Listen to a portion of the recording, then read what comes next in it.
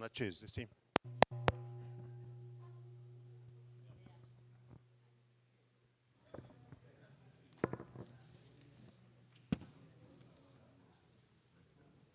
Con qualche minuto di ritardo iniziamo. Io chiedo subito all'assessore comune di Isili se viene a porgerci i saluti della comunità di Isili, l'assessore Isle Azzurri, Ils Azzurri, la conoscete benissimo, ci conosciamo benissimo, non azzecco mai il nome da 20 anni a questa parte. Va bene. Buonasera a tutti. Per stasera mi sono scritta perché puntualmente mi perdo, quindi... No, 2 minuti.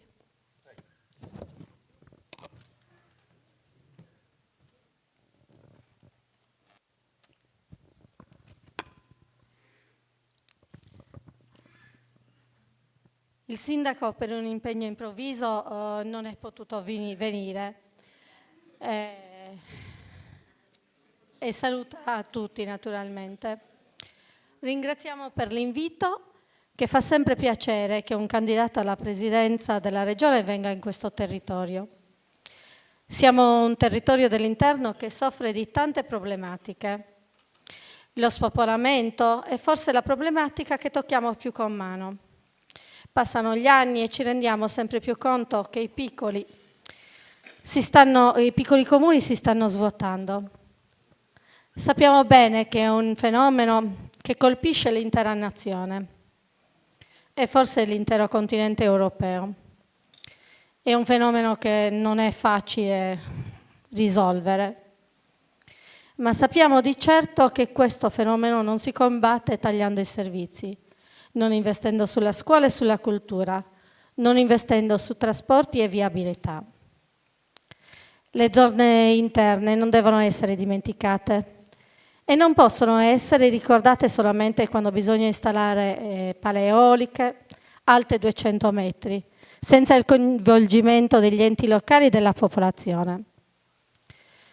Occorre investire in agricoltura, nell'artigianato, nelle piccole imprese, nei servizi al cittadino, soprattutto quelli fondamentali come la sanità. Non mi dilungo perché è una serata lunga sicuramente e spero che sia anche produttiva. Spero solo di aver dato qualche spunto alla discussione. Auguro al candidato un buon lavoro e buona serata a tutti. Grazie. Grazie. Grazie Isle. Io immagino benissimo, so benissimo gli impegni, sappiamo benissimo gli impegni di Luca, ma il sindaco di Isili, ma apprezziamo ugualmente il gesto del comune di Isili che ha voluto porgerci oggi i saluti istituzionali e anche alcuni passaggi interessanti che riguardano le problematiche del territorio, così come è giusto che un amministratore comunale ponga.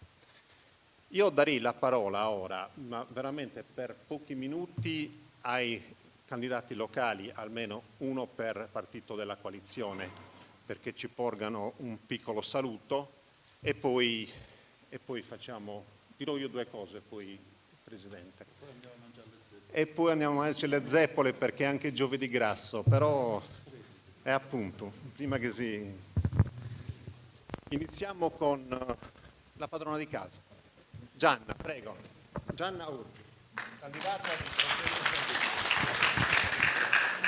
Grazie, ciao a tutti e a tutte per essere qui.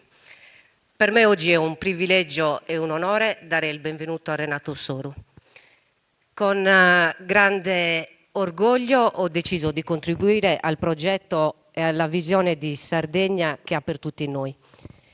Quindi credo fortemente nelle sue soluzioni, che sono alla portata di una realtà possibile e più vivibile per tutti noi. Stiamo attraversando un periodo di forte difficoltà, però sono convinta che tutti insieme, e ripeto tutti insieme, possiamo contribuire a un cambiamento importante. Quindi dobbiamo essere consapevoli delle scelte che facciamo e dobbiamo farle con responsabilità. Vi invito tutti ad avere un pensiero in merito, insomma, e a contribuire in maniera utile a questo cambiamento che ci aspetta. Grazie.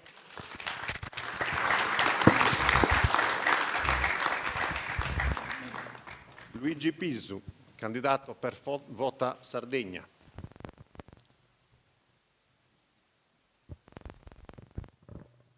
Buonasera a tutti. Sono qui in rappresentanza della lista Vota Sardegna. Stiamo lavorando, la lista Vota Sardegna è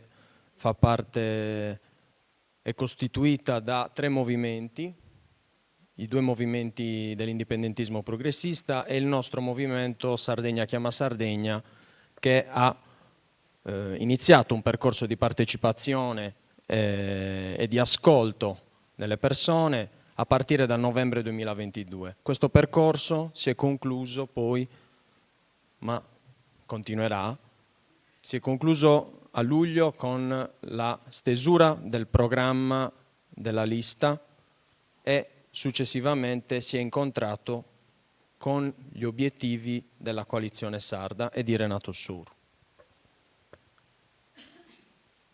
Il nostro è un programma che principalmente tiene conto dei problemi sentiti dalle persone, i problemi che abbiamo sentito dall'assessora e che riguardano i servizi essenziali delle comunità interne.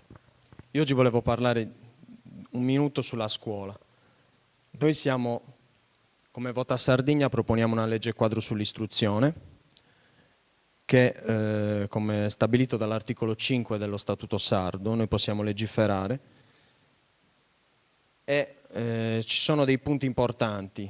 Sicuramente il rafforzamento dei servizi all'infanzia e del tempo pieno, un ampliamento dell'offerta formativa, non dobbiamo avere paura di dire che abbiamo bisogno dell'educazione alla sessualità, della lingua sarda e dell'educazione ambientale per crescere degli adulti consapevoli. Vogliamo la co-ufficialità del sardo con l'italiano nello Statuto Sardo e il potenziamento della legge 22 del 2018.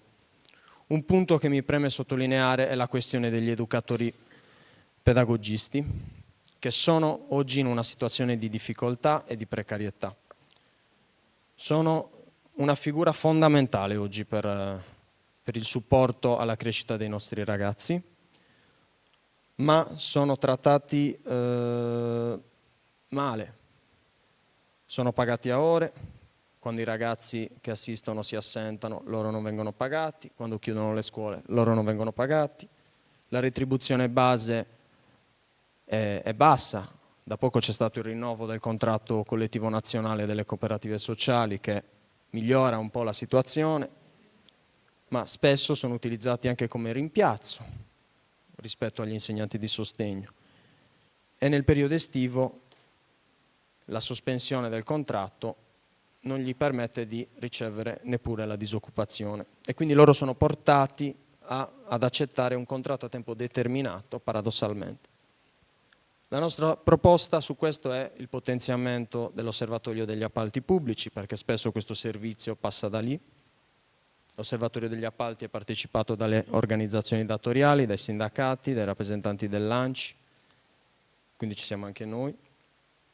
Io lavoro per un'organizzazione datoriale di cooperative e quindi questo è un punto per me fondamentale, perché se non aumentiamo la qualità dell'offerta formativa, anche chi vuole provare a costruirsi una vita qui deve pensare anche ai figli, alla sua educazione, oltre che a tutti gli altri servizi essenziali, la sanità e quant'altro. E poi siamo per la riforma del diritto allo studio, della legge 31 dell'84, vogliamo più borse di studio, stiamo pagando adesso le conseguenze del mancato investimento di 10 anni fa, per formare i medici, banalmente.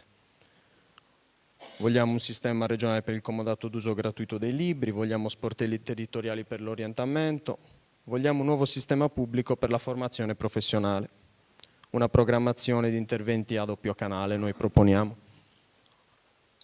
una che va sull'aggiornamento delle competenze e l'altro per la ricollocazione lavorativa di gruppi specifici di lavoratori. Questo è solo un punto del nostro programma elettorale che io giudico prioritario. Con la coalizione sarda io credo che noi giovani di Vota Sardegna in particolare abbiamo tutto il diritto di partecipare alle elezioni come meglio crediamo e nello spazio che ci è concesso, perché in questa coalizione noi siamo liberi di esprimere la nostra rappresentatività e abbiamo la possibilità di discutere e di portare avanti una politica partecipata con Vota Sardegna. Grazie. Grazie Luigi. Fabrizio Nedda, Rifondazione Comunista. Progetto Sardegna.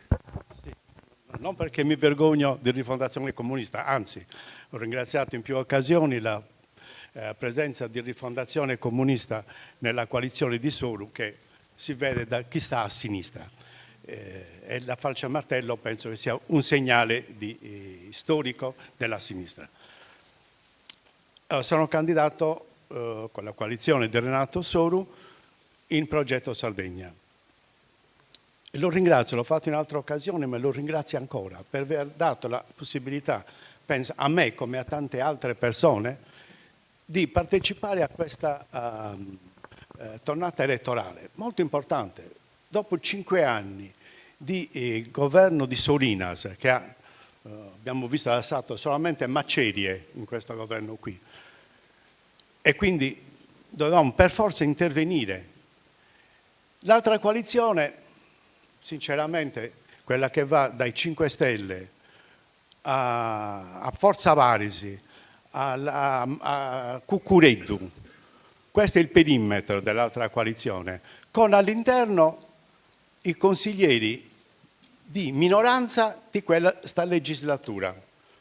E uso il termine minoranza e non uso il termine opposizione, perché di opposizione non se ne è vista in questi 5 anni.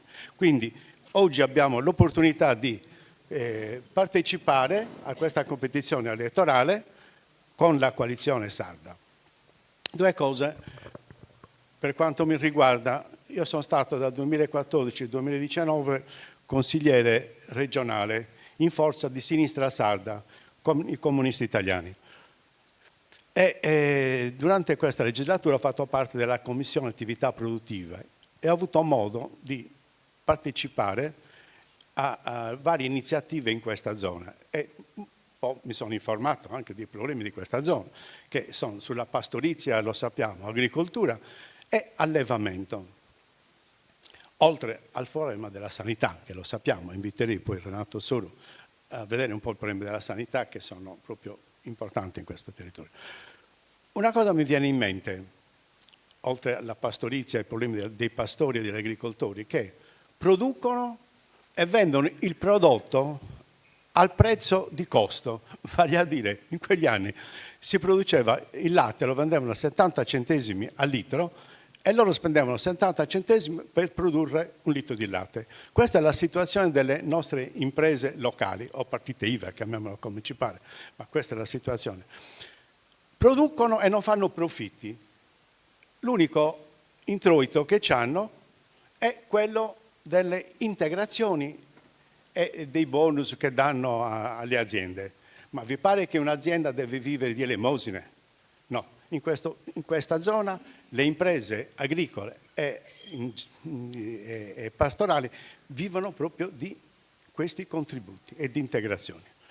Una legge l'abbiamo fatta durante la legislatura molto importante che non ha avuto seguito, che è sull'allevamento, macellazione e trasformazione dei suini, perché durante la legislatura di Pigliaru era stata debellata la peste suina, un grave problema per la Sardegna, questa della peste suina. Con questa legge potevamo avere modo di commercializzare e dare in questa zona, soprattutto in tutta la Sardegna, lo sviluppo che meritava con i prodotti di alta qualità. In 5 anni non si è riusciti a sbloccare il blocco dell'embargo della merce e siamo fermi. Pensate che in Sardegna si consumano 500 milioni di carne suina, solo il 20% viene prodotto in Sardegna. E pensate che qui vendono il prosciutto spagnolo, proprio perché è certificato da allevamenti allo stato semibrado, a 26 euro letto. Questa è la situazione delle nostre imprese. Le nostre imprese invece vendono il prodotto a prezzo di costo e aspettano le elemosine da Bruxelles e dalla Regione. Io ringrazio ancora la presidente di Renato Soru, ringrazio a tutti voi e buon lavoro a tutti. Grazie Fabrizio. Romina Mura, progetto Sardegna stavolta. Non ho sbagliato stavolta, giusto? Progetto Sardegna. Non dovevo intervenire, però lo faccio molto volentieri perché insomma quando si gioca in casa è anche giusto metterci la faccia e dire qualcosa. Innanzitutto ringrazio le compagne e compagni, le amiche e gli amici che sono presenti. Non a caso uso questi termini, perché a differenza di quanto si racconta erroneamente in giro, questo progetto, questa visione della Sardegna impegna e sta entusiasmando un pezzo importante del mondo progressista e anche del mondo di sinistra, no? Lo diceva bene anche Fabrizio. È una scelta di campo, quella della coalizione sarda di Renato Soru, che avviene in un momento storico in cui la Sardegna ha bisogno di una visione forte. Non ha bisogno di ricette programmatiche scoppiazzate a destra manca o di ricette vecchie, ma ha bisogno di una visione che si basi anche su esperienze già realizzate in passato, no? Da poco un'amica che è anche la sindaca del mio paese, Barbara Laconi, nonché presidente della comunità montana, proprio l'altro giorno mi ha detto che sentendo Renato Soru che parlava a Nuoro ha ritrovato nelle sue parole e nei suoi progetti i dibattiti che noi facciamo e che loro adesso fanno anche nell'assemblea dei sindaci in questo territorio come in tanti altri territori delle aree interne, e cioè come provare a valorizzare le tante peculiarità che ci sono in questo territorio come nelle altre aree interne della Sardegna e come tentare di ridurre i disagi, perché i disagi non si possono annullare, questo lo sappiamo bene, però si possono ridurre e soprattutto questo territorio presenta tutta una serie di peculiarità che possono consentire di sposare appieno quel nuovo percorso di sviluppo sostenibile che caratterizza questo momento di transizione, no? Digitale, ecologica e sociale, e quindi questo è uno dei territori che potrebbe, come dire, sperimentare quel percorso. Mi riferisco alla valorizzazione dei beni ambientali, sono diverse le cooperative che si occupano della gestione e della valorizzazione dei beni culturali. L'altro giorno Renato Soru a Cagliari a riguardo ha fatto una proposta che secondo me è fondamentale, perché queste ragazze e questi ragazzi che nel frattempo sono diventati anche adulti, no? Perché hanno iniziato da giovanissimi, adesso sono quarantenni, cinquantenni, vivono ancora una condizione precaria, perché ovviamente il finanziamento regionale arriva tutti gli anni, questo è vero, però non c'è una certezza nel loro lavoro e quindi sarebbe importante provare a valorizzare le loro competenze, magari stabilizzandoli, facendoli diventare definitivamente, come appunto proponeva Renato Soru l'altro giorno, come operatori culturali a tutti gli effetti, operatori culturali del territorio. E poi c'è un altro tema molto importante, che è quello delle comunità energetiche.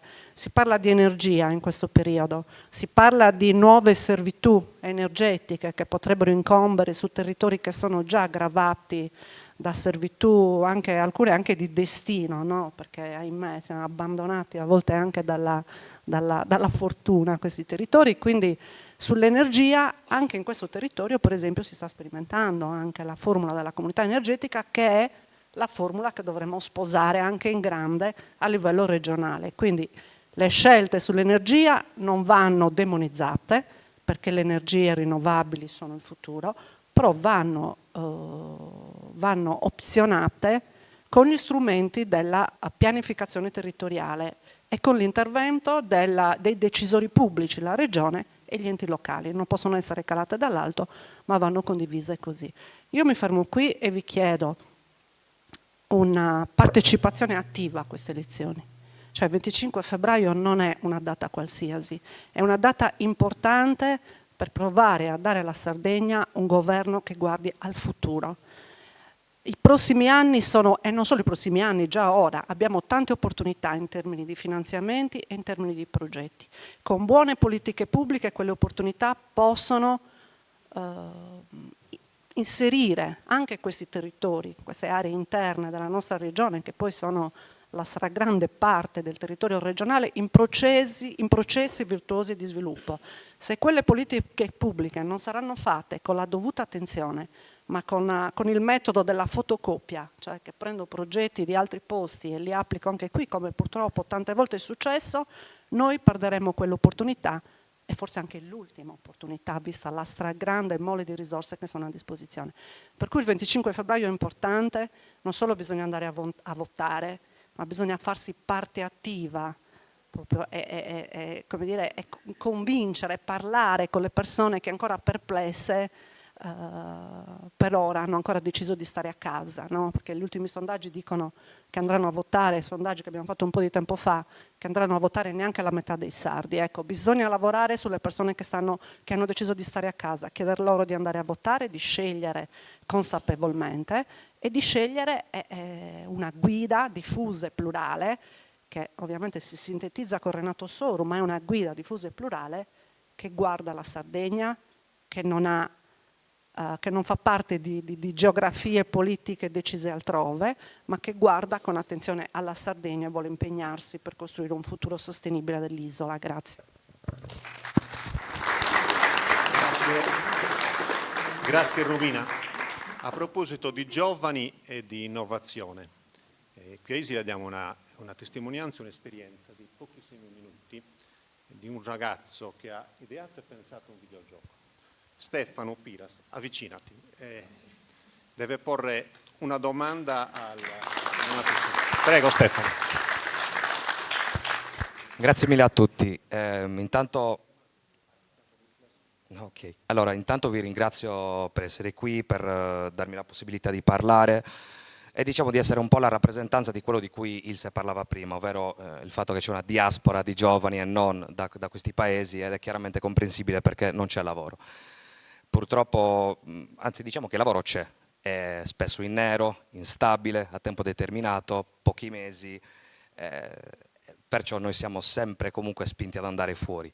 Io penso che sia una cosa importantissima andare fuori per imparare, per avere delle esperienze di vita, però altresì dovrebbe essere importante poter scegliere se partire o meno, soprattutto se poter tornare.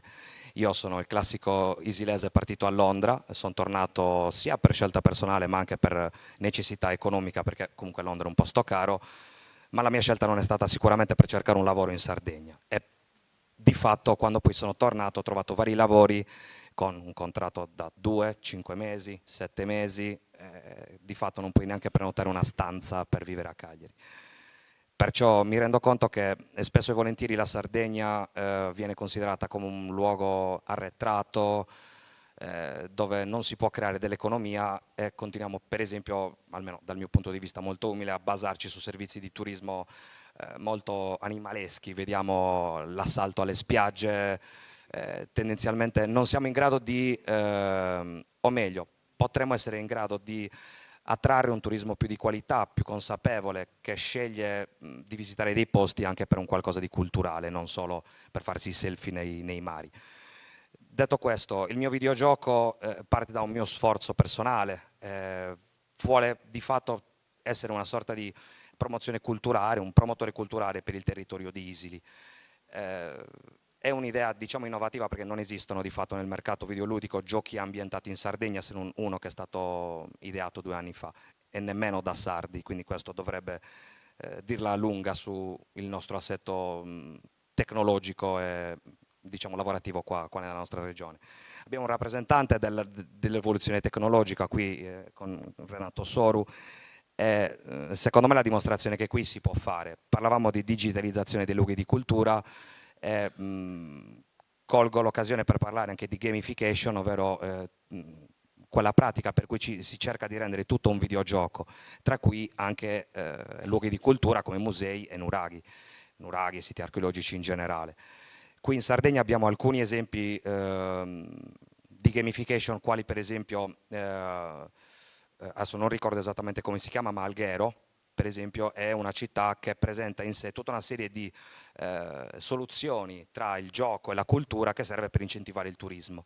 Io tramite il gioco vorrei fare questo. Fondamentalmente la mia domanda è se la Regione Sardegna intende dedicare un'attenzione a tutto quello che fa parte della digitalizzazione della cultura, non per tradurre testi burocratici in PDF su computer, ma parlo proprio di cercare di parlare a nuovi turisti che siano magari giovani, più giovani, ragazzi che abbiano voglia di visitare i siti archeologici, non solo ed esclusivamente per un dovere culturale, perché comunque questo è qualcosa che allontana dalla cultura, il dovere allontana, deve essere un piacere e probabilmente il videogioco può essere una di quelle strade, perciò mi piacerebbe appunto sapere che tipologie di piani digitali ci sono per sostenere singole iniziative o perché no, magari la costituzione di una start-up e insomma, cercare di provare a portare un po' di valore molto umilmente rispetto a quello che comunque un nuraghe, per esempio quello di Isili, che vede pochissimi ingressi di persone che ci passano per caso.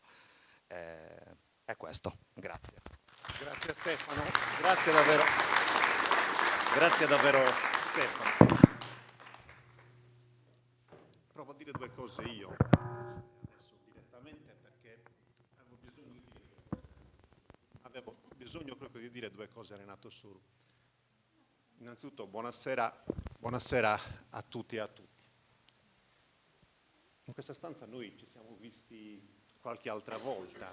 Io ricoprivo il ruolo di sindaco e di presidente della comunità montana e tu ricoprivi il ruolo di presidente della giunta regionale. Lo facevamo anche da due posizioni politiche differenti. Io centrista, democristiano, UDC, e tu leader di una coalizione di centro-sinistra. Ci siamo scontrati su cose importanti per questo territorio. Se tu ti ricordi la battaglia su Abbanoa, quando ti chiedevo una rappresentanza importante all'interno dei consigli di amministrazione di Abbanoa per i piccoli comuni, perché i bacini sono in questo territorio e noi subiamo la servitù di questi bacini. Abbiamo avuto alcuni passaggi importanti, se non ti ricordi una riunione nel mese di un luglio caldissimo, quando la direzione generale, anzi il direttore dei servizi decise che questa zona doveva conferire non più a Villacidro ma a Macomer e avremmo dovuto spostare tutti quanti i costi con i maggiori costi aggiuntivi per questa popolazione.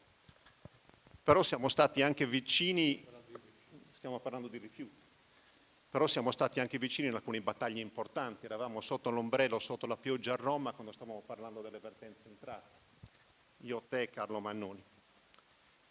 E devo dirti una cosa, dal mese di agosto, settembre ho iniziato a seguirti in questa tua avventura. All'inizio anche dicendo ma che gioco sta facendo Renato Soru, perché questo è quello che ho pensato. Poi da agosto in poi ho capito invece che c'era un cammino politico un po' più profondo, perché ho capito che ti stavi sporcando le mani con le cose della Sardegna, perché stavi andando di paese in paese a confrontarti con delle persone e ad ascoltare le persone, ascoltare la gente di Sardegna, le donne e gli uomini di Sardegna, quelli che fanno impresa, quelli che ogni giorno aprono la serranda, quelli che vanno a mungere. Insieme siamo stati anche ad Orgoso, dove abbiamo trovato qualche allevatore, dire un po' furibondo, perché gli ha impedito di costruire su 2 ettari di terreno, quello che ti disse in quel famoso incontro di Orgoso.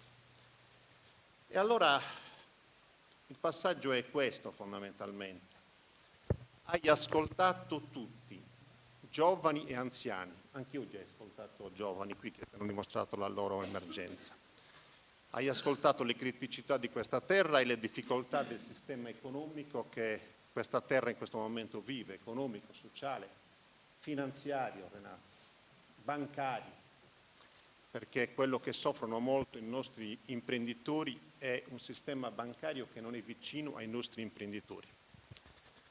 Lo hai fatto a viso aperto e fatelo dire senza nessuna mediazione, perché ci hai messo direttamente tu la faccia e non eri circondato da molti yes men che ti hanno accompagnato durante la fase precedente, dove ti dicevano sì, sì, è tutto bene, tu non facevi e molte volte non riuscivi anche a vedere che c'era una realtà che non era quella che qualcuno non ti disegnava, non perché tu non capissi, ma perché ringraziarsi, come dire, il padrone, quello che gli dava eventualmente qualcosa. A quel punto, per dare voce a queste istanze, a queste aspettative, ti sei fatto carico di chiedere a nome di tanti le primarie. Queste primarie non ti sono state date, anzi, c'è stato un silenzio assordante, perché il fatto vero è che a questa richiesta di primarie c'è stato un silenzio assordante. E non aggiungo altro, perché ci sarebbe tanto altro da aggiungere e non lo faccio. Ma queste sono, come dire, una mia osservazione, una mia sensazione fondamentalmente. E ritorno un po' ai fatti.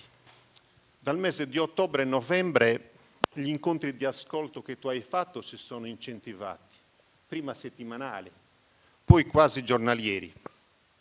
Un Renato Soru che ha girato dal nord a sud della Sardegna. Questo che cosa ha portato però? Ha portato che la partecipazione è cresciuta. Il fatto nuovo che tante donne e uomini e tante persone in genere che avevano abbandonato il gusto e il piacere della politica e che hanno disertato le urne negli ultimi anni hanno deciso di rimettersi in gioco. E questo già in sé è un fatto assolutamente positivo. Hanno detto noi vogliamo esserci in questa competizione. Le tante difficoltà e le tante criticità che sono emerse in quegli incontri sono diventati invece, e le abbiamo declinate, e dico le abbiamo a questo punto perché non sei più solo tu, le abbiamo declinate come un'opportunità. Giorno dopo giorno prende forma l'idea di una Sardegna nuova, si fa strada l'idea di una rivoluzione gentile, a cui partecipano tanti movimenti autonomisti, indipendentisti, che io non conoscevo, devo dire. Ho avuto occasione di incontrarli in questa fase. E a cui devo dire un grazie, l'ho detto l'altro giorno in un incontro che abbiamo fatto sabato a Sassari, e li ho ringraziati perché in qualche maniera hanno tenuto alto il nome della bandiera della Sardegna e hanno difeso e tutelato la Sardegna da un attacco indiscriminato alle nostre coste, a un attacco indiscriminato fatto con tante paleoliche inserite e prese dappertutto, pensato al fatto di difendere il nostro territorio da un uso spregiudicato di servitù militari. Loro c'erano molto spesso anche a prendere le botte dalla polizia.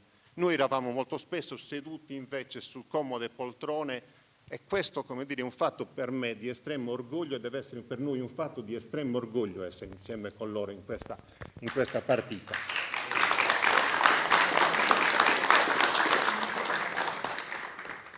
Da tutto questo e poi successivamente che cosa è nato? È nata l'idea di riproporre il movimento Progetto Sardegna. Movimento Progetto Sardegna che in qualche modo nel 2006, per il 2008, è confluito all'interno di un partito politico e invece covava all'interno di quella parte della Sardegna ancora tanta brace che abbiamo il compito e il dovere, che ha il compito e il dovere di alimentare. Nasce quindi intorno ai tanti movimenti di ascolto un programma politico che tocca aspetti importanti della nostra terra. Viviamo nella fase in cui la Sardegna è a un bivio, o arrendersi alla stanchezza e al disorientamento diffuso in larghe fasce della popolazione sarda, o dichiararsi vinti davanti alla protervia irragionevole di piccoli gruppi che io ormai chiamo clan, legati alle proprie ambizioni personali che rappresentano e tutelano interessi nazionali è reagire, oppure abbiamo il compito di reagire, metterci in cammino tutti quanti insieme, sposare l'idea di una rivoluzione gentile con l'obiettivo di che cosa? Di pensare a programmare una nuova seconda autonomia della Sardegna, combattere le emergenze demografiche che affliggono i territori dell'interno della Sardegna, programmare le risorse economiche legate al PNR per la rinascita con processi e politiche di sviluppo pensate per i territori e nei territori. La famosa partecipazione integrata, riprendiamola in mano perché è fondamentale per crescere. Dobbiamo dare attuazione a un piano straordinario per la scuola, perché se non investiamo nei nostri giovani, nei nostri studenti, siamo veramente alla fine di un discorso della Sardegna. Bene, questo è un processo ambizioso, Renato. Non ha e non può avere come unico fine quelle delle elezioni del Presidente della Regione Autonoma della Sardegna. Abbiamo il compito di traghettare la Regione attraverso l'Europa, per fare dell'Europa un'Europa dei popoli e un'Europa delle ragioni. Ma ti voglio anche dire un'ultima cosa, ti voglio fare una domanda. Ma Salvini, chi ne dà fatto vai?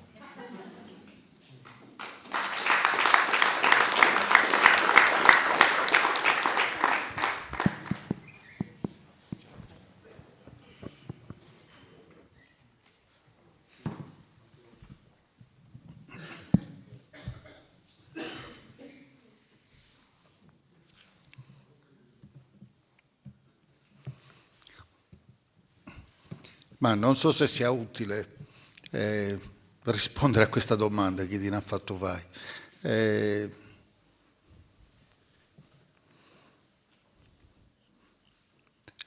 La vita è un po' quello che ci cerchiamo e quello che ci capita.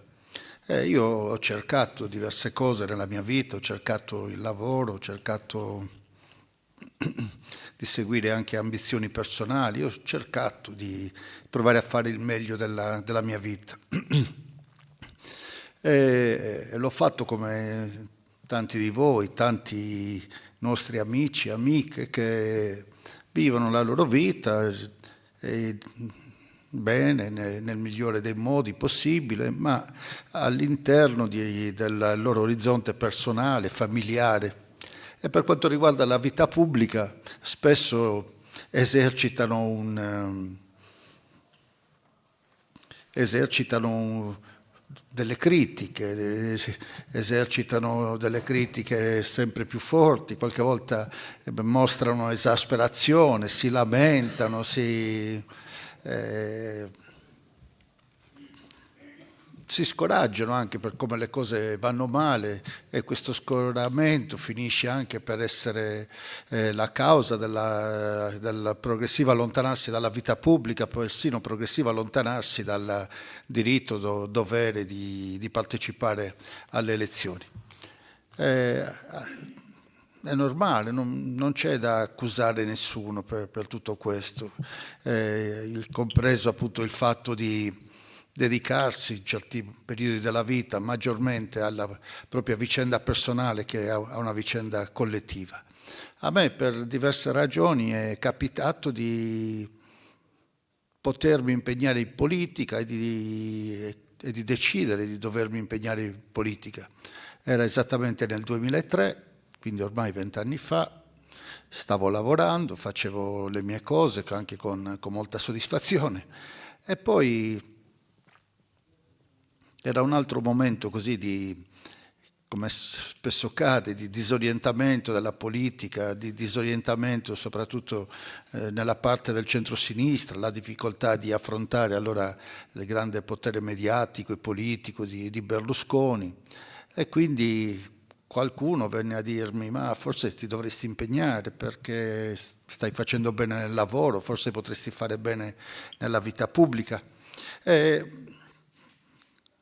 Per farla breve, insomma, io ci ho pensato abbastanza a lungo e non mi è venuto un moto di adesione immediato.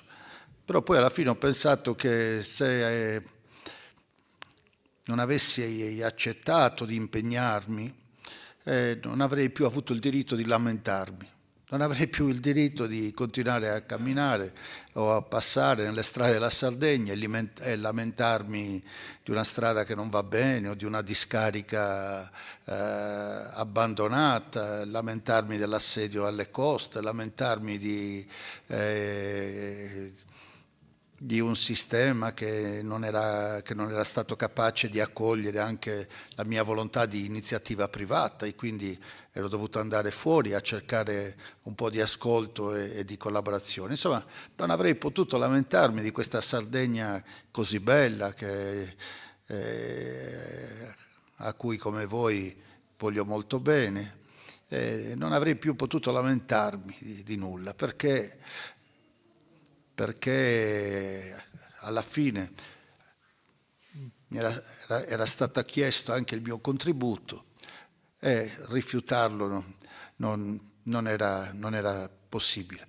Non sono dispiaciuto che mi sia capitata questa cosa nella vita, perché credo che comunque l'impegno nella vita comune, l'impegno per la comunità, l'impegno per un progetto collettivo e persino qualche volta avere l'onore di rappresentarlo, è l'esperienza più bella che mi sia capitato nella vita, l'esperienza più grande, più profonda,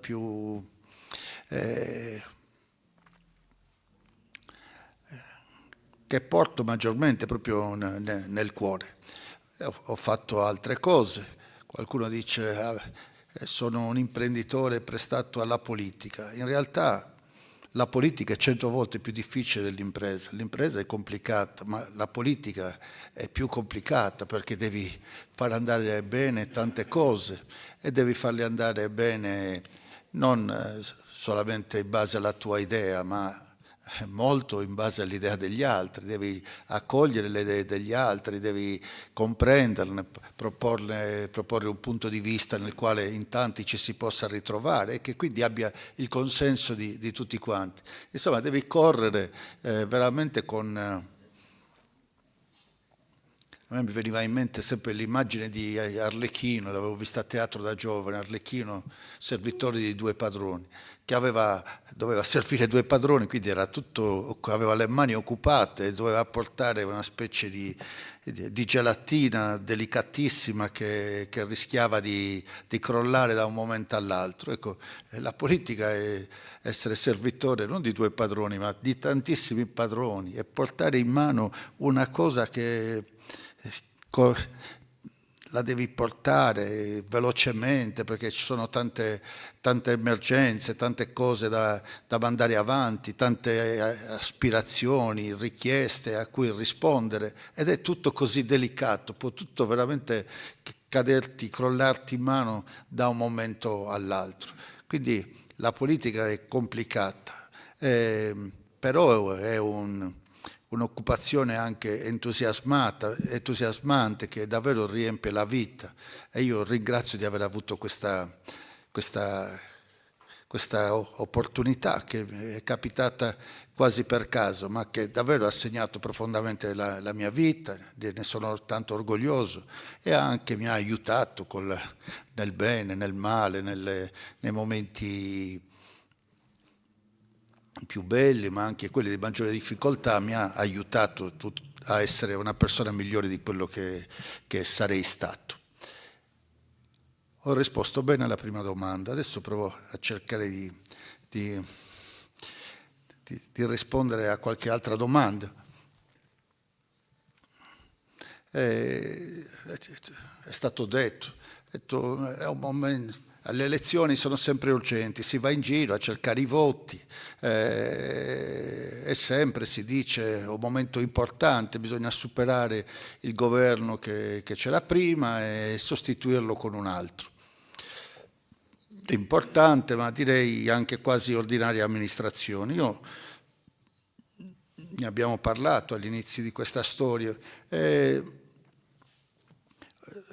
Ho ripreso l'impegno politico dopo che mi ero allontanato per tanti motivi anche miei personali. L'ho ripreso perché penso che sia davvero un momento storico importante, che la Sardegna sia davvero a un bivio, che sia al momento di dover prendere delle scelte importanti e fondamentali per i prossimi anni, per i prossimi decenni, diciamo, per il prossimo futuro. Perché è un momento fondamentale? Beh, sono accadute delle cose abbastanza importanti negli anni scorsi. Prima una crisi economica e poi all'improvviso una pandemia. Una nuova peste che non capivamo, non sapevamo come fosse arrivata così all'improvviso e poi così veloce, così drammatica, che ci ha sconcertato, che ci ha lasciato tutti esterrefatti. Ci siamo ritrovati all'improvviso chiusi in casa, con modalità di vita che mai avremmo immaginato. E il mondo si è ritrovato proprio precario, proprio fragile, si è ritrovato alla fine a rifare i conti con la debolezza della nostra vicenda personale. Nessuno poteva pensare anche in quell'occasione lì di salvarsi da solo. Occorreva che ci salvassimo tutti insieme, che ci fosse una sanità, che ci fossero dei comportamenti collettivi, che ci fossero delle decisioni da prendere assieme. Non bastava chiudersi in casa e pensare a se stessi. Ci siamo trovati tutti appunto in una condizione di inaspettata fragilità e nella condizione anche della necessità di affrontarla assieme, questo momento così grave. La pandemia ci ha lasciato a casa per mesi, ci ha fatto mettere da parte il lavoro, ci ha fatto chiudere le imprese, ci ha fatto pensare naturalmente a salvare la vita, a salvare la vita di tante persone, con delle precauzioni che hanno portato una grandissima crisi, prima nel commercio, nei servizi, ma nella produzione, nelle fabbriche, è tutto a cascata. Per cui siamo arrivati ad una crisi importante, no? Imprese che hanno chiuso, servizi, ristoranti, tutto che chiudeva perché era stato davvero difficile portare avanti le imprese in quelle difficoltà. I governi in Italia, fuori, hanno provato a dare sostegno, a dare sollievo, qualcuno delle norme per risparmiare sugli affitti, delle agevolazioni fiscali, insomma tutto il possibile, ma era stata veramente una crisi grave. E per uscire da questa crisi grave l'Europa, tutta assieme, i governi europei, perché comunque alla fine dobbiamo pensarci tutti assieme, la dimensione degli stati-nazione non basta più davanti a cose di questo genere. E c'è un processo comunque in atto che dovrebbe anche andare più rapido, spero, nei prossimi anni, quello chiamiamoli così, degli Stati Uniti d'Europa. Gli stati che si mettono insieme, che hanno sempre più responsabilità e che ormai si vedono come un'unica area geopolitica che si confronta con altre aree molto grandi, il Nord America, l'Asia, il mondo russo. Quindi in questa dimensione di società, di aree politiche, l'Europa insieme ha dovuto affrontare la via di uscire da questa crisi e rilanciare l'Europa. Lo slogan europeo è la prossima Europa, l'Europa del futuro, l'Europa della nuova generazione, Next Generation Europe. E da questa idea dell'Europa della prossima generazione ne sono nate fuori delle parole chiave, delle parole d'ordine e anche una quantità di risorse straordinarie. Tutti noi ormai ci siamo abituati a leggere, sentire, ci sono i fondi del PNRR, ci sono i fondi della transizione energetica, ci sono i fondi del tutto straordinari delle politiche di coesione o i fondi straordinari i fondi nazionali, in questo caso di sviluppo e coesione, anche quelli guidati però dalle politiche europee e diventati più grandi proprio a seguito di questa idea di uscire dalla crisi e di costruire una nuova Europa. Questo processo di uscire dalla crisi e costruire una nuova Europa non può lasciarci indifferenti, no? Ci richiama anche la nostra responsabilità, la nostra dovere di partecipare a questa. No? L'Europa non è altro che un insieme di regioni, è un insieme di popoli, un insieme di comunità. E quindi anche noi dobbiamo partecipare a questa costruzione della nuova Europa. Ma ancora di più dobbiamo sentire proprio impellente, necessaria, la possibilità di costruire una Sardegna nuova, diversa.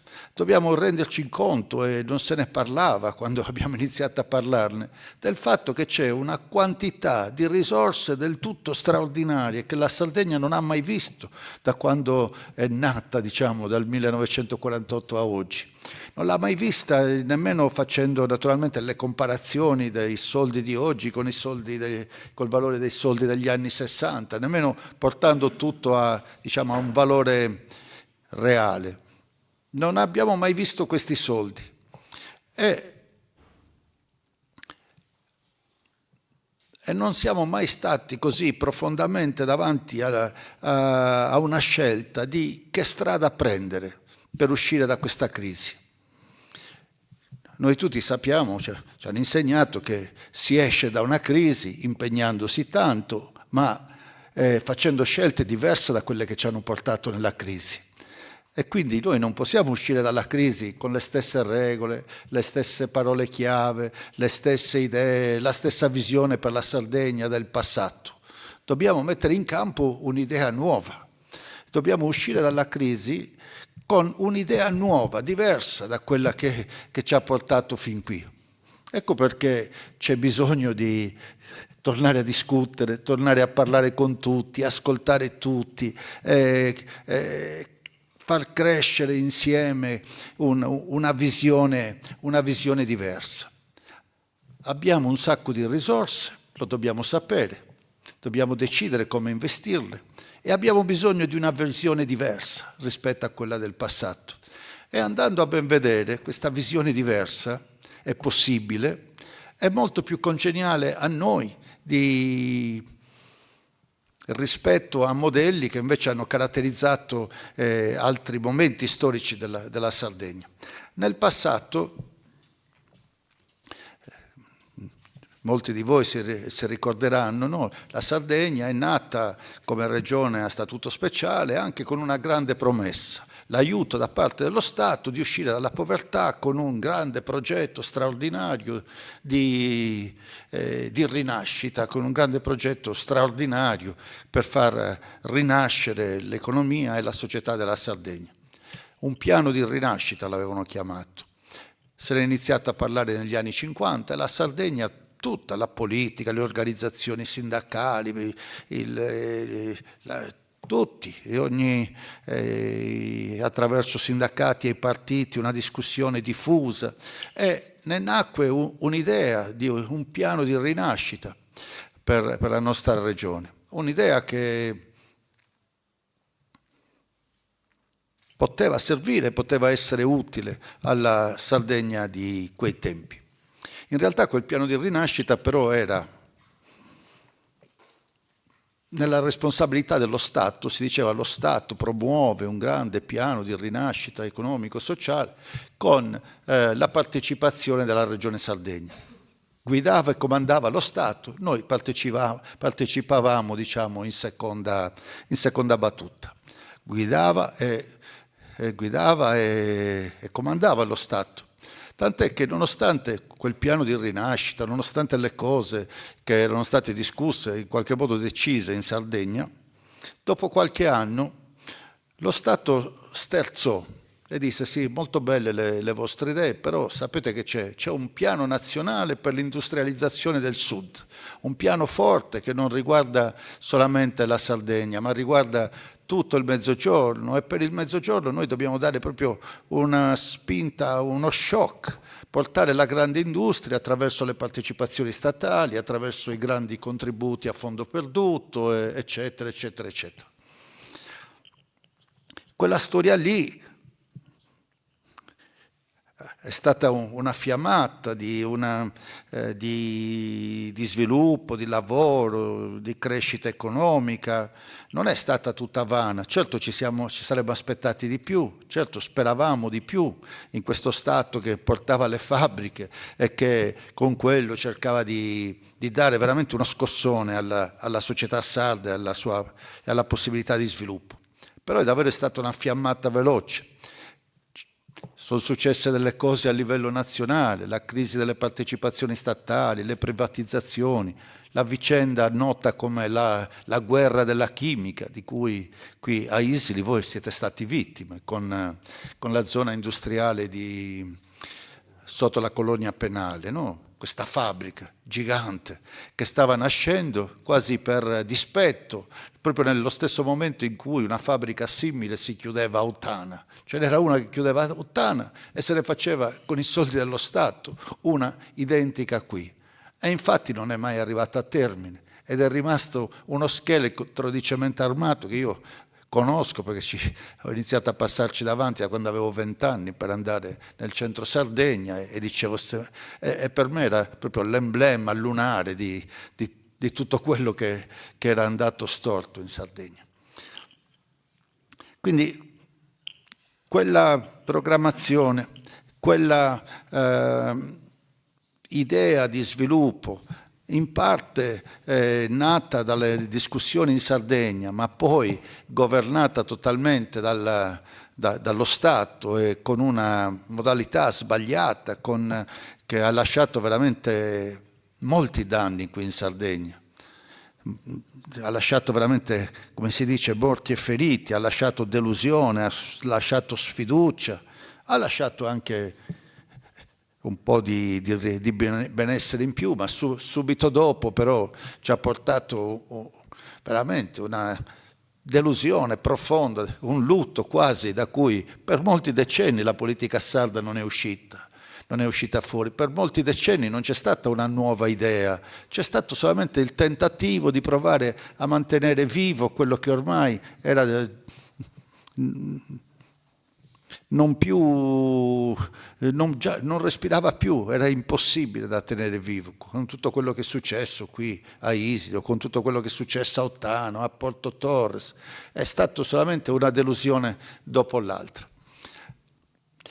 Quel processo quel piano di rinascita, che comunque è stato un momento importantissimo della storia politica sarda, di grande partecipazione, di discussione, di elaborazione. Quel grande piano di rinascita straordinario, del tutto straordinario, era stato finanziato con una cifra importante che doveva essere spesa in 12 anni. Oggi perché dico siamo a un bivio? Perché non c'è un altro piano di rinascita. Ci sono le risorse di 3,5 piani, 4 piani di rinascita, cioè una risorsa enorme. E non per i prossimi 12 anni, ma entro il 2027. Quindi da spendere in questo periodo 2020-2027, i 3 anni sono già passati. E sono da investire, è un piano che è non nella disponibilità dello Stato, è nella disponibilità della politica regionale, delle istituzioni regionali. Sono le istituzioni regionali che dovranno devono immediatamente, perché siamo già in ritardo, disegnare un piano capace di utilizzare al meglio quelle risorse, su idee nuove, un progetto nuovo, e finalmente riuscire a fare un altro salto alla Sardegna, un salto definitivo che mentre dal passato in qualche modo almeno siamo usciti dalla povertà a volte estrema, anche se a qualcuno dispiace sentire queste parole, ma se ricordiamo come erano i nostri paesi, senza fogne, senza acqua, senza scuole, senza tutto, i passaggi ci sono stati, però siamo ancora bloccati ormai da tanti anni, siamo bloccati in un ritardo di sviluppo, in una distanza dalla situazione economica e sociale delle altre regioni del nord Europa o del nord Italia, per alcune. E sembra un ritardo che non riusciamo a colmare.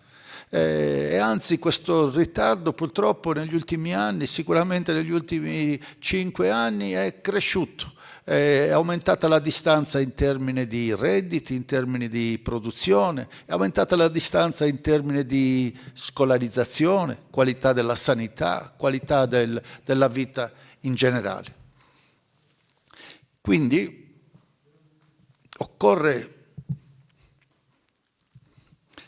occorrerà fare delle scelte nei prossimi mesi.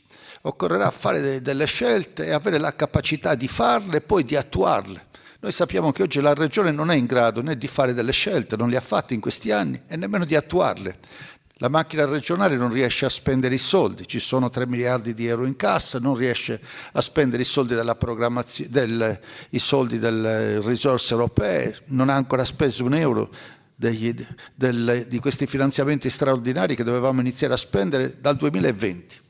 Quindi abbiamo una regione davvero da riformare profondamente, un'amministrazione regionale da rendere meno burocratica, più efficiente, capace di utilizzare le tecnologie, la transizione digitale e così via. Ne abbiamo bisogno come il pane, altrimenti non riusciremo a investire bene questi soldi e cogliere l'opportunità che ci viene data finalmente di essere noi protagonisti delle decisioni e dei progetti di investimento per realizzare una Sardegna diversa, fuori dalla crisi è diversa. Abbiamo bisogno quindi di cambiare la regione. Abbiamo persino bisogno di rinegoziare il nostro patto con lo Stato, e cioè aggiornare il nostro statuto che ci dava dei poteri, ma ci dava i poteri per la Sardegna e per l'Italia dell'epoca, una Sardegna dell'industria mineraria, dell'industria del sale, di un'agricoltura arretrata, una Sardegna che non viaggiava e quindi non aveva bisogno di continuità territoriale, una Sardegna che non istruita, in gran parte all'epoca ancora con dei problemi proprio di alfabetismo, e quindi che non sentiva forte la necessità di avanzare anche nel mondo della scuola, dell'istruzione e della formazione. Quindi abbiamo bisogno di aggiornare i nostri poteri in tema, l'avete detto voi, l'ha detto l'assessore comunale, no? Aggiornare i nostri poteri in materia di gestione della produzione e della distribuzione dell'energia elettrica, affinché non ci sia qualcuno che venga nei paesi solamente per fare l'ennesima rapina, in questo caso rapinare il paesaggio, rapinare il territorio, prendersi sole e vento e portarsi via tutto senza lasciare niente. Abbiamo bisogno di norme chiare, della possibilità di partecipare, di governare queste scelte in termini appunto di energia o di trasporti che all'epoca non ci interessavano, in termini in materia scolastica abbiamo bisogno di decidere noi magari con uno sguardo più attento e di maggior cura per il futuro dei nostri paesi su materie come il dimensionamento scolastico, la scelta se chiudere o no una scuola o se chiudere o no una autonomia scolastica, o ancora la scelta su come gestire i nostri beni culturali, tutti quelli che ci sono qui vicino e che sono nella gestione di cooperative precarie che sono lì, che ogni anno devono vedersi rinnovare un finanziamento, altrimenti chiudono, e hanno bisogno ogni anno anche di concordare la possibilità con la sovrintendenza regionale, quindi senza una capacità chiara, ferma dell'amministrazione regionale che pure finanzia questi progetti. Abbiamo bisogno quindi di una nuova regione e di una nuova serie di poteri che ci permettono di portare avanti i nostri progetti. Per finire, abbiamo detto che c'è bisogno di idee nuove, abbiamo detto che abbiamo bisogno, che ci sono a disposizione una quantità infinita di risorse, abbiamo detto che abbiamo bisogno anche di nuovi poteri con lo Stato in maniera che sia più facile per noi utilizzare queste risorse e mettere a servizio di queste idee nuove. Abbiamo detto anche che ci vuole una regione più efficiente. Ma cosa dobbiamo fare? Quali sono queste idee nuove per uscire dalla crisi? Cos'è? C'è un altro sistema di grande industria che arriverà in Sardegna e ci farà uscire dalla crisi? Modelli che abbiamo già visto. Ci saranno altre industrie, delle partecipazioni statali che localizzeranno qui in Sardegna delle opportunità di lavoro, di trasformazione economica. Non sarà così. E non saranno nemmeno, al di là delle partecipazioni statali, altre imprese che si localizzeranno da fuori per contributi o cose di questo genere. Quel mondo lì è finito. Oggi il lavoro bisogna andarselo a cercare, l'opportunità di crescita bisogna andarselo a cercare qui in Sardegna su basi nuove, molto però più utili e più vicino a noi, basi che devono nascere dalle nostre risorse, dalle nostre capacità, dalla nostra volontà di realizzare e che però sembrano costare un po' di più, però saranno nostre, nessuno ce le potrà portare via. Magari una crescita un po' diversa, fatta di tante cose piccole e meno piccole che poi però diventano anche grandi, come abbiamo visto, e che però saranno ben radicate qui e nessuno ce le porterà più via e non faranno la fine appunto di quello che esiste qui e che ci deve servire da monito, che esiste qui a pochi chilometri, no? Nella zona industriale famosa, come esiste ormai in qualunque altra zona della Sardegna. Quali saranno i temi di questa idea di nuova Europa e di Sardegna nuova? I temi sono quelli della transizione verde, quindi dell'attenzione al sistema ambientale nel suo complesso, perché la crisi ci ha insegnato che siamo fragili come esseri umani, ma siamo fragili anche come la natura non è per sempre, il mondo sta crescendo velocemente, all'inizio del secolo scorso eravamo 1 miliardo, oggi ne siamo 8, tra un po' saremo 10 miliardi, tutti nello stesso pianeta, nello stesso spazio, nella stessa quantità di risorse naturali che non sono infinite e quindi i temi ambientali sono diventati preponderanti, il tema del contrasto al danno che stiamo facendo al pianeta attraverso l'emissione sconsiderata di CO2 e quindi cambiando i comportamenti climatici, cambiando proprio il senso delle stagioni, essendo soggetti quasi a volte a temporali tropicali che non avevamo mai visto, con tutto quello che comporta di danni, di problemi di assetto idrogeologico e così via. Insomma, l'ambiente è diventato una questione fondamentale ed è diventata una cosa non residuale, è diventata proprio un'industria, un'industria della qualità ambientale. Chi produce qualità ambientale, qualità dell'aria, qualità dell'acqua, il paesaggio, chi produce tutto questo ha un valore spendibile sul mercato che viene appunto ricompensato e quindi ha l'occasione di veder crescere posti di lavoro buoni, migliori di quelli attuali, senza contratti a 2 mesi, quindi posti di lavoro non precari, posti di lavoro non poveri, posti di lavoro che permettono di condurre una esistenza serena qui anche nei nostri paesi. Quindi la notizia buona è che un modello di crescita basato ad esempio sulla forestazione, perché le foreste catturano il CO2 e restituiscono ossigeno. o basata comunque sul grande patrimonio forestale e boschivo che soprattutto nelle zone interne abbiamo, è un'industria che non sapevamo di avere. L'abbiamo costruita negli anni, ma non sapevamo che quello che in silenzio produceva, e cioè catturava CO2, puliva l'aria e restituiva ossigeno, oggi ha un valore economico che altre zone che invece inquinano debbono compensare.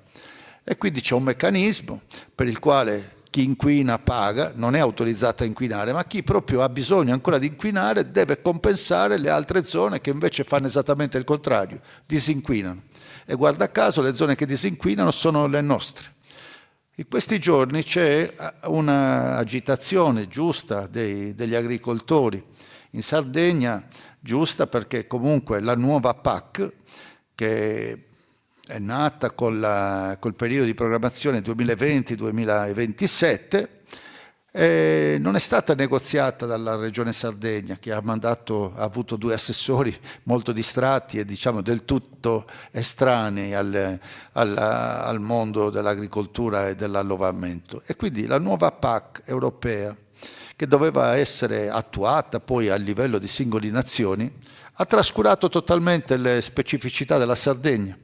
E quindi nonostante ci sia una idea di nuova politica agricola comunitaria, anch'essa legata al verde, quindi parlano di un'agricoltura verde, anch'essa legata non più alle produzioni estensive, ma alle produzioni più piccole, ma più vicine all'idea di biodiversità, all'idea della qualità ambientale, all'idea della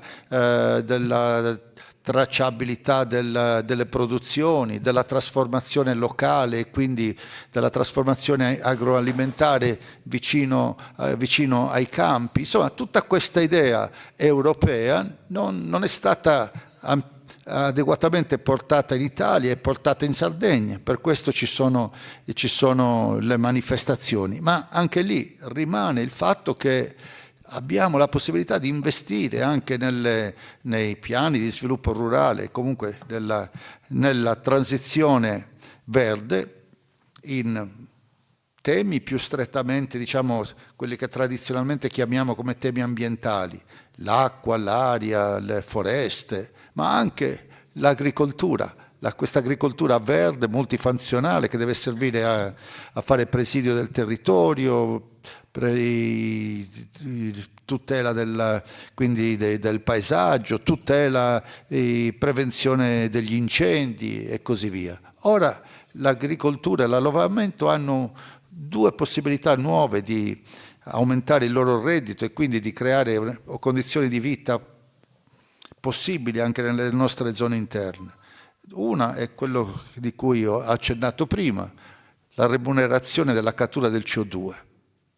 Si tratta di un pezzo di reddito nel lavoro agricolo che prima non esisteva e che adesso esiste e deve esistere. E l'altra possibilità è che magari un po' di pale eoliche, poco, nella misura giusta, le possono mettere anche gli agricoltori. E magari non metterle solamente per il loro autoconsumo, ma metterlo perché loro in campagna ci sono, la devono tenere viva, la devono continuare a coltivare, devono da lì prendere il loro reddito per poter vivere nei paesi. E allora è giusto che loro, non altri, abbiano la possibilità di utilizzare anche la risorsa del sole, del vento e quindi integrare il loro reddito. Tornando allo spopolamento, credo che dobbiamo ribaltare proprio il concetto. È stato detto, cosa causa lo spopolamento? Il fatto, ecco, lo diceva Stefano, mi pare, cosa causa lo spopolamento? Il fatto che non c'è lavoro, e che quando c'è è un lavoro precario, precarissimo, i lavoretti li chiamano, quando c'è un lavoro povero che non è sufficiente a mandare avanti la propria vita in maniera adeguata. Se c'è il lavoro, perché andarsene via? Se c'è il lavoro, magari le aziende passano da una generazione all'altra, se c'è il lavoro qualcun altro arriva e quindi bisogna fare in modo che anche questo lavoro in campagna abbia un reddito adeguato per rimanere, e quindi dobbiamo fare tutto quello che serve perché la campagna dia un reddito e quindi le persone ci rimangano, perché se le campagne non daranno un reddito sufficiente le persone non rimarranno, e se le persone non rimarranno andranno via e non faranno figli, e allora abbiamo voglia di parlare di spopolamento, ma saranno parole vuote. Quindi bisogna proprio ribaltare, secondo me, lo schema. Dobbiamo capire che cosa serve per non spopolare. Per non spopolare serve lavoro, e non verrà appunto dalle nuove zone industriali, non verrà da lì o da lavori piombati dall'esterno.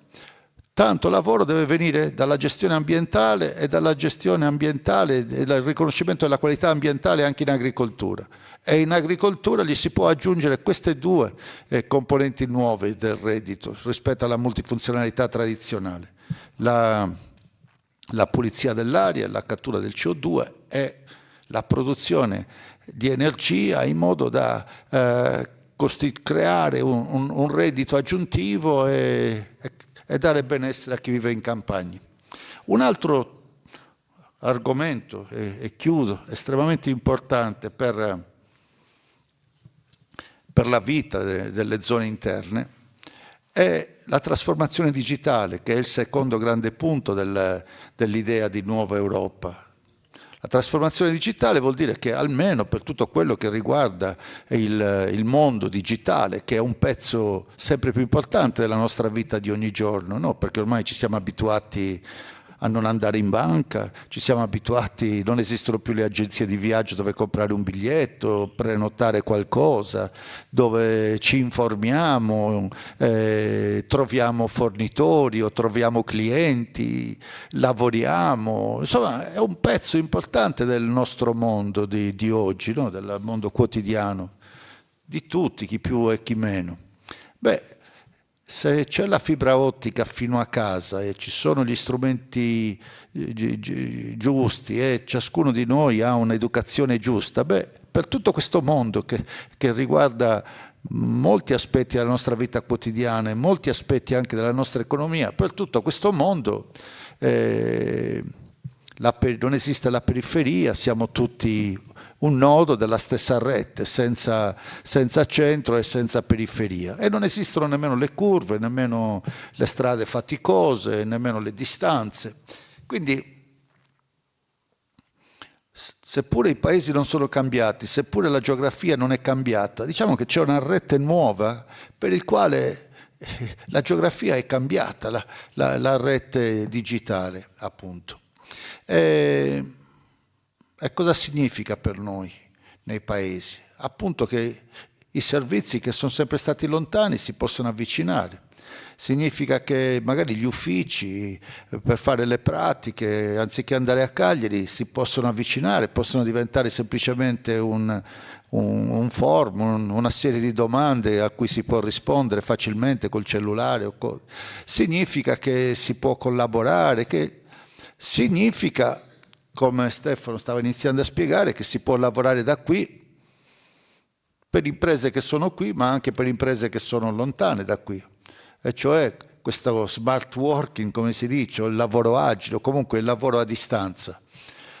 Prima o poi sta già accadendo, ma ci sarà un momento in cui la Regione non se ne farà più niente di tutto il personale chiuso nei palazzi di Cagliari. Il personale potrà stare anche nei paesi, potrà stare in altri luoghi, oppure potrà vivere come i giovani vivono adesso in maniera un po' nomade, 2 giorni qui, 3 giorni lì, magari stanno 2 giorni a Cagliari e 3 giorni in paese, o mezzo e mezzo.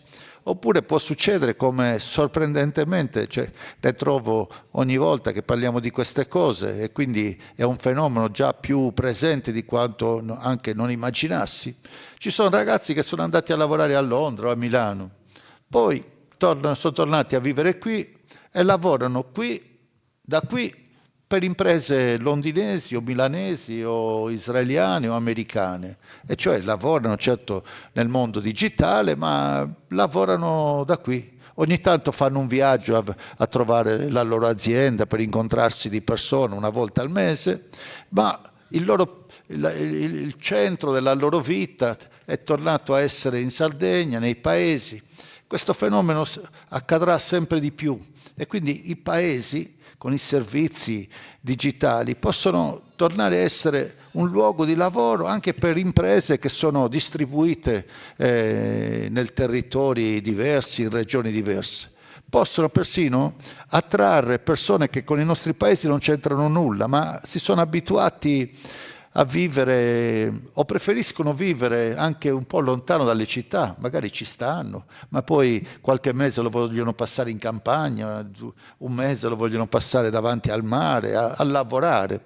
E quindi diciamo una specie di turismo del lavoro, oppure di una Sardegna del turismo tutto l'anno è possibile. Ma la digitalizzazione per cosa è importante? L'avete detto voi. Nella digitalizzazione bisogna portare, nel mondo digitale bisogna portare i dati del passato, bisogna portare quindi la digitalizzazione degli archivi, di tutto quello che è la nostra storia, i documenti della sanità, della pubblica amministrazione, le biblioteche. C'è da digitalizzare tutta questa roba che comprende i lavori, diciamo, degli specialisti, degli informatici, ma è fatto anche di tantissimo lavoro di persone anche senza un'istruzione specifica, senza grandi livelli di istruzione, che possono essere velocemente formati per questa transizione digitale degli archivi. E ancora, questo lavoro dove dovrà essere fatto? Non bisognerà portare gli archivi a Cagliari per andarli a digitalizzare lì. Ognuno si farà i suoi, e anzi al contrario, a volte si delocalizza il lavoro, ma questa volta verrà delocalizzato non in Cina, ma magari verrà delocalizzato nella Marmilla, nel Sarrabus, potrà essere delocalizzato. Non solo quello della Sardegna, ma anche quello delle altre regioni, se qualcuno impara a farlo meglio degli altri. E quindi c'è il lavoro che arriva qui nelle nostre zone.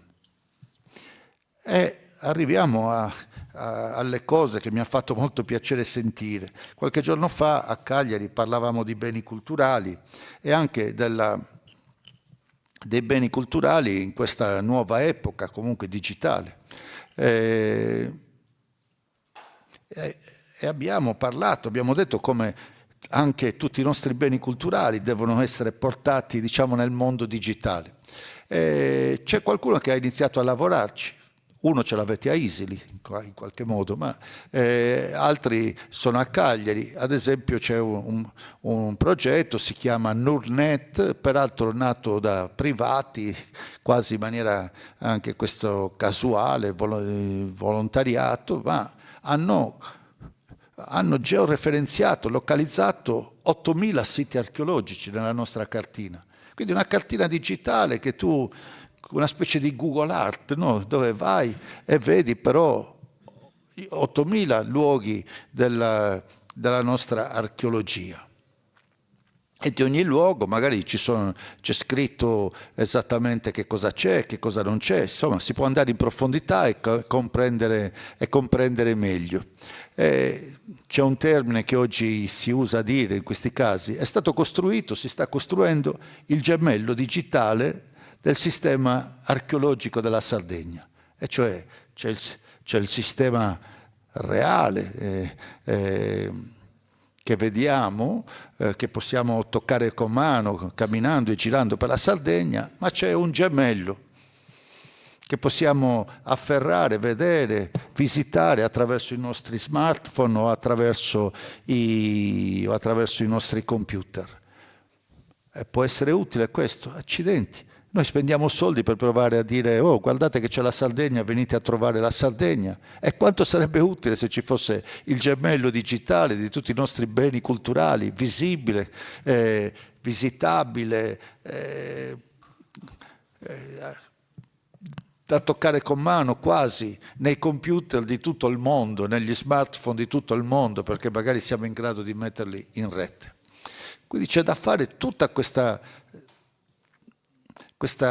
digitalizzazione dei beni culturali, che significa fare delle digitalizzazioni 3D, esattamente quello che sta facendo quel signore là in fondo, e significa che queste rappresentazioni in 3 dimensionali, adesso le chiamano il metaverso, è la possibilità di vedere magari con gli occhi particolari fatti da Apple, e che magari saranno ancora più semplici fra qualche mese o l'anno prossimo, fra 2 anni, significa di vedere in maniera quasi proprio fantastica, concreta, non l'immagine del nuraghe così com'è, ma anche l'immagine del nuraghe com'era, e anche delle persone che ci camminano dentro, che ci vivono, gli oggetti della loro vita quotidiana, una rappresentazione realistica della nostra cultura preistorica, in questo caso di questo nuraghe. A cosa assomiglia? A un videogioco. Si tratta di fare i videogiochi dei nostri beni culturali, e cioè visitabili così come sono visitabili questi i paesaggi fantastici che sono alla base dei videogame. La Sardegna deve fare esattamente questo, deve trasformare in rappresentazioni digitali quasi facili come un videogioco, interessanti come un videogioco e pervasivo come un videogioco, che a volte i bambini fanno difficoltà a staccarsi.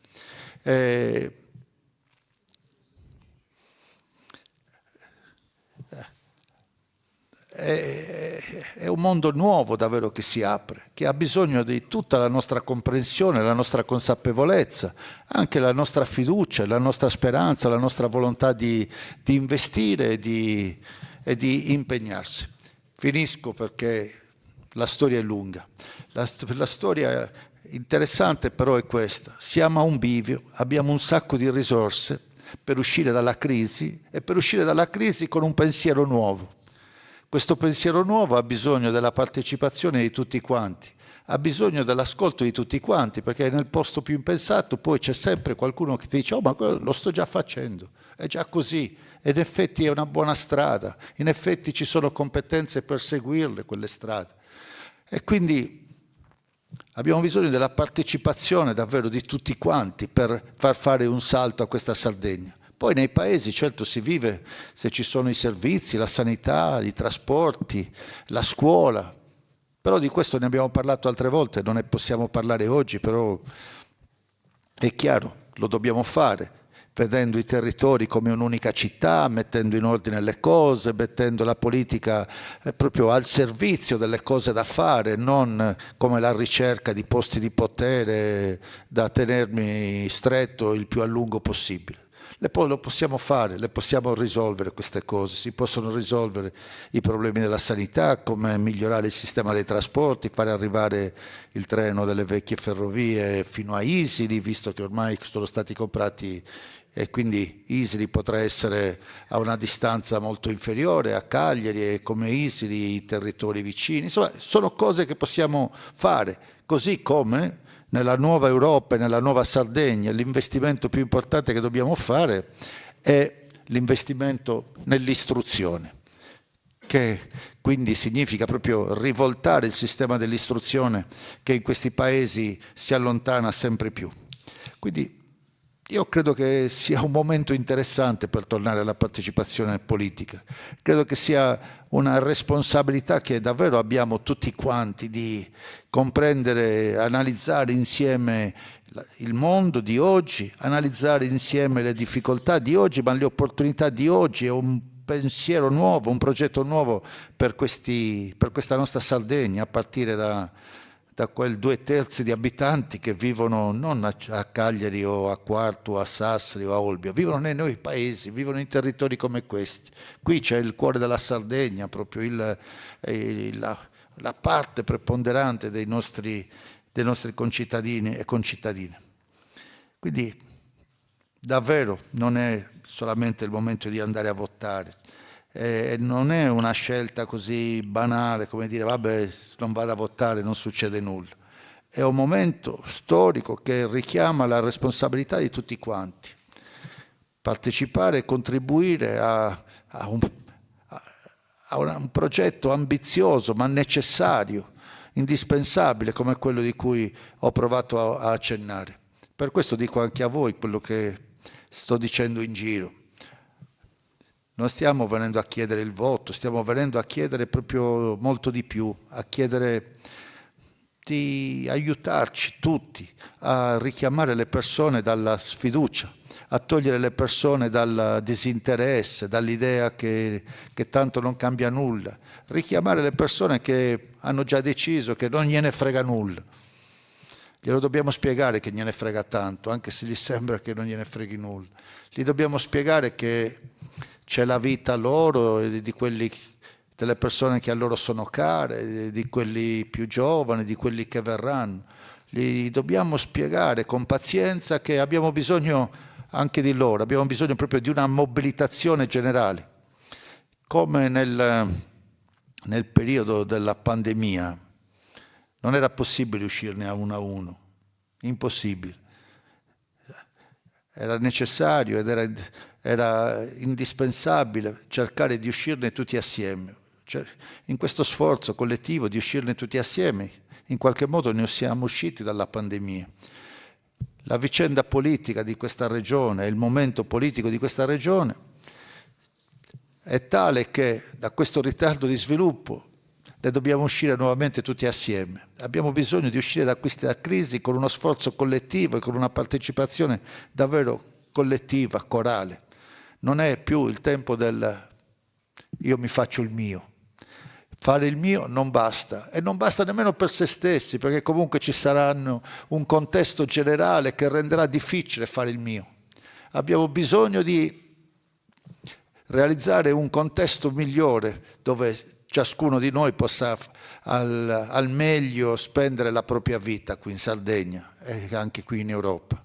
Abbiamo bisogno quindi di richiamare alla responsabilità, al gusto anche, alla gioia di partecipare a un progetto più ampio di quello personale.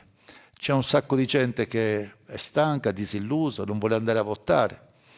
Quindi noi stiamo andando in giro per parlare soprattutto a quelli, a rassicurarli, fargli sapere che cosa sta accadendo, spiegargli che c'è bisogno anche di loro. E naturalmente penso che condividiamo tutti qui dentro questa idea, spero che condividiamo tutti questa idea e che ci impegniamo tutti quanti in questo sforzo comune di parlare alla gente che è sfiduciata, stanca, disorientata, che è a casa, persa, magari che vive nella sua solitudine del disincanto e della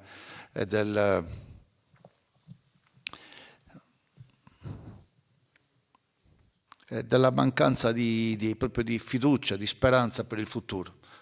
Aiutiamoci tutti a parlare a loro, aiutiamoci tutti a parlare, a spiegare, ad ascoltarli, e sono sicuro che ne verrà una partecipazione diversa alle prossime elezioni regionali, e sono sicuro che potremo dare un segnale molto diverso alla politica regionale prossimamente, e direi anche all'Italia. L'idea di una comunità, un popolo che si rimette in marcia e che capisce che c'è un'occasione per il proprio futuro e la vuole sfruttare e la fa tutte assieme, pacificamente, gentilmente, ma in profondità, una rivoluzione.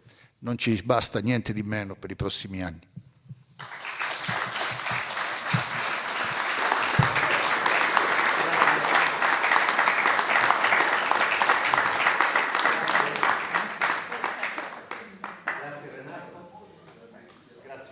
Grazie mille a voi per la pazienza.